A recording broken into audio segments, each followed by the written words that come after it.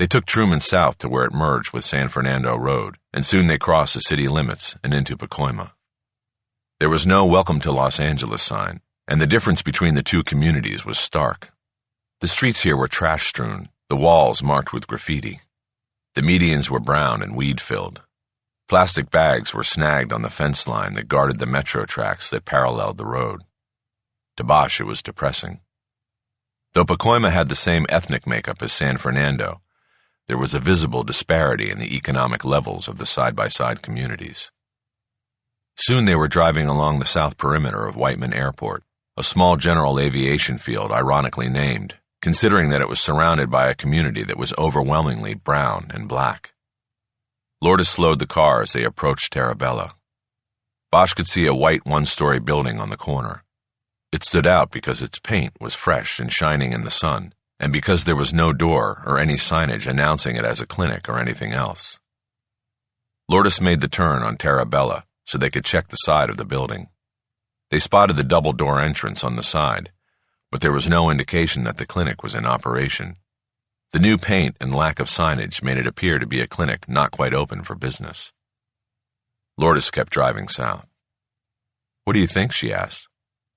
"I don't know," Bosch said. "You want to watch for a while? See if we can tell if it's even open for business? Or you could just pull over and I could go try that door." Lourdes pondered what to do while the car continued down the street. "I don't like barging in there when we don't know what we've got," she finally said. She turned into the entrance drive of a company that manufactured fire sprinkler systems, then backed out to turn the car around. "Let's watch for a while," she said. "See what happens." "Sounds like a plan," Bosch said. She drove a half-block back up Terabella and then parked at the curb behind a sedan.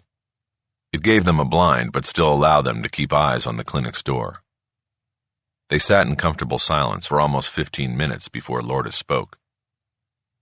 "You still tight with Lucy Soto?" she asked. Bosch had forgotten that Lourdes and Soto knew each other, at least casually through a Latino law enforcement organization. "We talk now and then, but I think yesterday was the first time I'd seen her in a couple of years," Bosch said.